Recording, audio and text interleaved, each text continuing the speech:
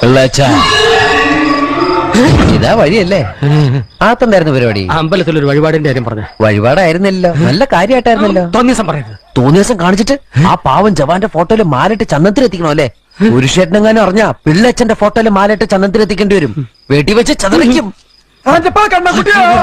നാട്ടുകാരെ വിളിച്ചു കൂട്ടിട്ട് മോൻ എന്ത് കിട്ടും? എനിക്കൊന്നും കിട്ടില്ല, പിള്ളേച്ചന് കിട്ടും. നല്ല അസല് പുതുക്ക്, വലിയ നിലവിലുള്ള ആളല്ലേ, എല്ലാരും ഒന്ന് അറിയട്ടെ എന്ന്. നീ എന്റെ മാനം കളയരുത്. നിനക്ക് എന്ത് വേണേലും ഞാൻ തരാം. എന്ത് തരും? എന്ത് വേണം? അച്ഛന്റെ കയ്യിൽ നിന്ന് കള്ളക്കണക്ക് എഴുതി വാങ്ങിച്ച കുരുടിമുക്കിൽ 25 സെന്റ് സ്ഥലം. അയ്യോ മാധവ, അത് അയ്യാ അതെ എഴുതി തരൊന്നും വേണ്ട. അവിടെ ഇത്തവണ എനിക്ക് വിത്തറക്കണം, അതെന്റെ ഒരു മോഹം. ഞാൻ പടാവിൽ വിട്ടിരിക്കുക. ആയിക്കോട്ടെ, അത് വിറ്റ് കഴിഞ്ഞാൽ എനിക്ക് വിത്തറക്കാലോ. ഇറക്കാം. പുറപ്പാടാം. പോകാൻ വരട്ടെ.